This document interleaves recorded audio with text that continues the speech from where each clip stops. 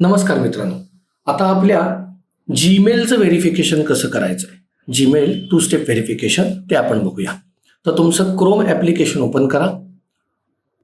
Chrome application open करून उजव्या कोपऱ्यात वरती तुम्हाला तुमचा जीमेलचा आयकॉन दिसेल, ज्याच्यावर तुमचं प्रोफाईल पिक्चर दिसत असेल त्याच्यावर क्लिक करा. आता तुम्हाला मॅनेज युअर गुगल अकाउंट असा ऑप्शन दिसतोय, त्यावर क्लिक करा. बस. आता तुम्ही ज्या पेजवर आहात तिथे तुम्हाला होम, पर्सनल इन्फो असे टॅब दिसत असतील तुमच्या प्रोफाईल आयकॉनच्या वरती. ओके, तर तिथे तुम्हाला राईट साईडला स्क्रोल करायचं आहे, थोडंसं उजव्या बाजूला सरकवायचं आहे, जिथे तुम्हाला ऑप्शन मिळेल सिक्युरिटी.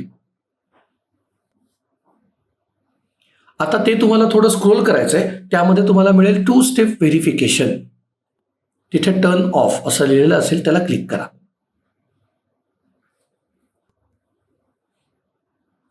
बरोबर. आता तुम्हाला काय होईल, तुमचा डिव्हाइस दिसत असेल तर तिथे मॅनेज सेटिंग्सवर क्लिक करायचं आहे.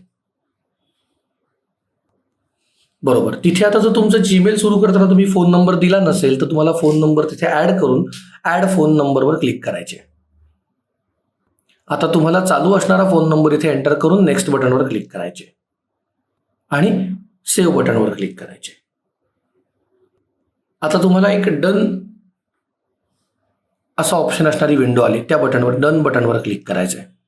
आता तुम्हाला इथे दिसेल बॅकअप कोड्स, त्या बॅकअप कोड्सवर क्लिक करा आणि गेट बॅकअप कोड्सच्या बटनवर क्लिक करा.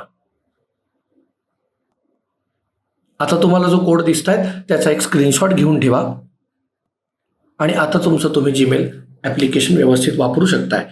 याचा फायदा असा होईल की जेणेकरून तुमचा ईमेल आणि पासवर्ड जरी तुम्ही कोणाला सांगितलात तरी जोपर्यंत तुम्ही कन्फर्मेशन कोड त्यांना देत नाही, OTP तुम्ही देत नाही, तोपर्यंत तुमचं अकाउंट लॉग इन होणार नाही. धन्यवाद.